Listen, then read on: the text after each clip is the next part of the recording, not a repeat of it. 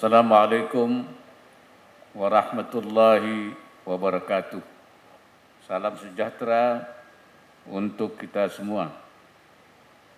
Bismillahirrahmanirrahim.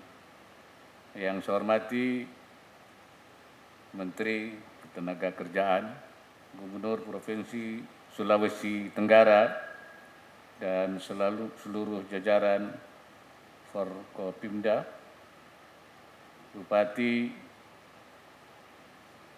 Konawe Utara beserta jajaran, Presiden Komisaris Antikrop dan Dewan Direksi PT Nusantara Industri Sejati, tamu undangan dan hadirin yang berbahagia. Syukur alhamdulillah kita ucapkan pada Tuhan Yang Maha Esa, Allah Subhanahu wa Ta'ala, karena pada siang hari ini kita dapat hadir bertatap muka di Kecamatan Motui, Kabupaten Konawe Utara pada kegiatan peletakan batu pertama kawasan industri Nusantara Industri Sejati atau NIS. Hadirin yang saya hormati, Allah Subhanahu wa Ta'ala, Tuhan Yang Maha Esa, menganugerahi Indonesia dengan kekayaan sumber daya alam yang di setiap jengkal tanahnya. Salah satunya merupakan komoditas dengan cadangan terbesar di dunia, yaitu nikel. Bahkan saat ini kita berdiri di atas wilayah penghasil nikel terbesar di Indonesia. Berdasarkan data Kementerian SDM, cadangan nikel Indonesia sebesar 72 juta ton atau mencapai 52% dari total cadangan nikel dunia pada tahun 2020. Ini artinya Indonesia memegang peranan sangat penting dalam penyediaan bahan baku produk nikel dunia. Namun, negara dengan SDA yang berlimpah apabila tidak bijak mengurusnya justru berpotensi mengalami kemerosotan ekonomi. Lagi pula kekayaan bumi Indonesia tidak boleh dinikmati oleh generasi saat ini saja, tapi juga harus membawa berkah bagi generasi mendatang. Dengan demikian, upaya ekstraksi SDA atau sumber daya alam tidak bisa dilakukan secara berlebihan, tapi dengan memperhatikan aspek-aspek keberlanjutan. Untuk itu, kebijakan hilirisasi sektor pertambangan yang menjadi fokus pemerintah bertujuan mengintegrasikan sektor pertambangan dari hulu sampai ke hilir. Harapannya, sektor ini memberikan nilai tambah yang maksimal dan kemanfaatan yang lebih besar bagi kemakmuran rakyat.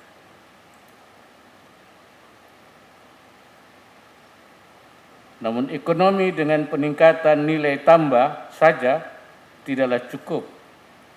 Indonesia membutuhkan lompatan produktivitas berbasis penguasaan ilmu pengetahuan dan inovasi serta ramah lingkungan.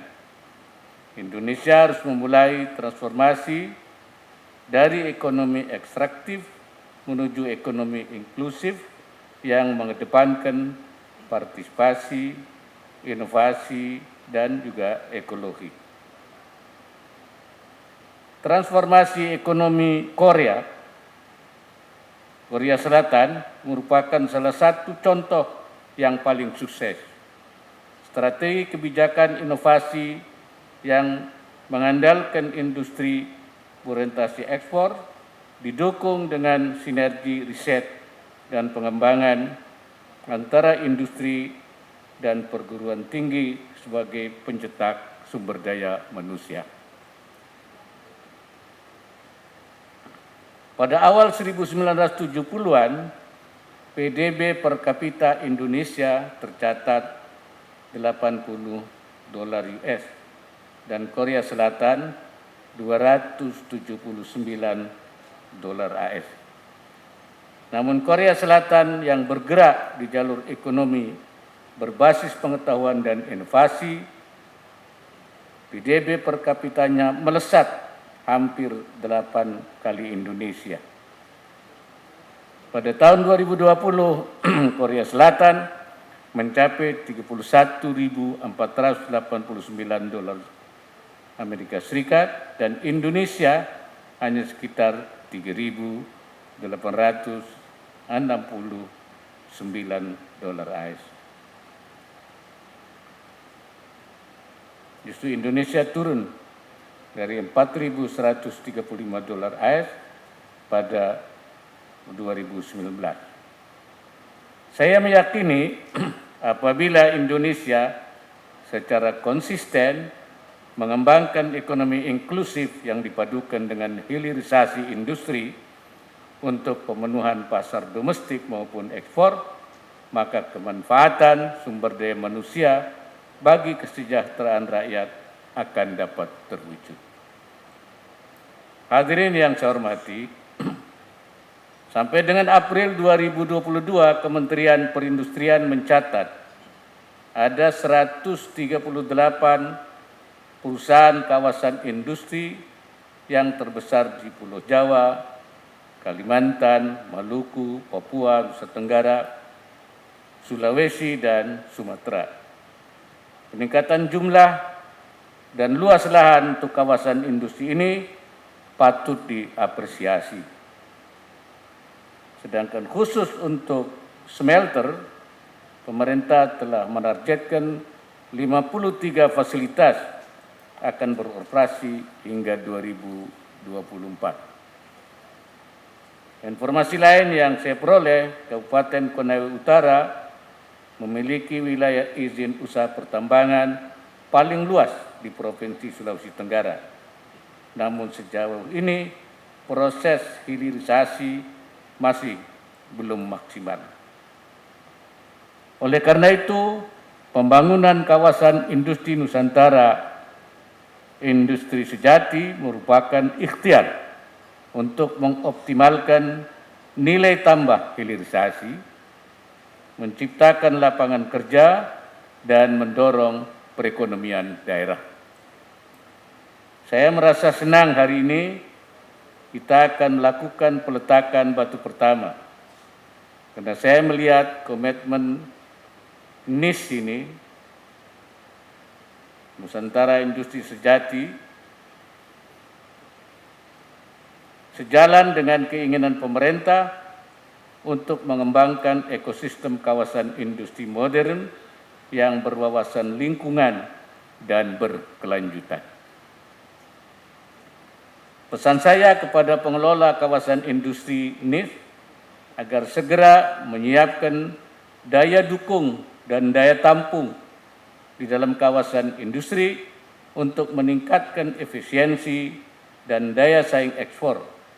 Partisipasi investor sangat diperlukan di dalam membangun ekosistem industri yang ramah lingkungan dan berkelanjutan.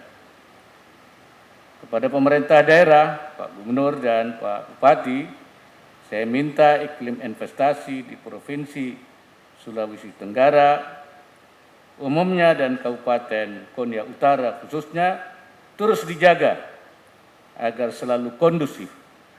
Saya minta pengelolaan aspek lingkungan dan pemberdayaan masyarakat sekitar benar-benar diperhatikan.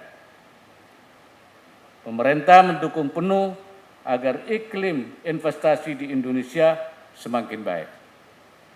Dan pemerintah telah dan terus mengupayakan peningkatan daya tarik investasi, mulai dari pemberian kemudahan perizinan, fasilitas, insentif fiskal dan non-fiskal, hingga pemberlakuan larangan ekspor bahan mentah. Begitu pula pemerintah daerah dan investor perlu menjalin komunikasi dan sinergi yang baik. Saya harap nantinya kawasan industri niche ini dapat bersinergi dengan sektor UMKM. Peluang usaha baru bagi UMKM perlu dibuka dengan lebar agar kontribusi kawasan industri semakin luas bagi perekonomian daerah dan nasional. Menutup sambutan ini, kita berharap pembangunan kawasan industri niche di Motui, Konawe Utara berjalan lancar dan selesai sesuai dengan target yang direncanakan. Semoga Allah Subhanahu wa Ta'ala, Tuhan Yang Maha Esa, senantiasa memberikan inayahnya, pertolongannya, dan meridai segala ikhtiar yang kita lakukan. Wallahul muwaffiq ila aqwamit thariq. Assalamualaikum warahmatullahi wabarakatuh.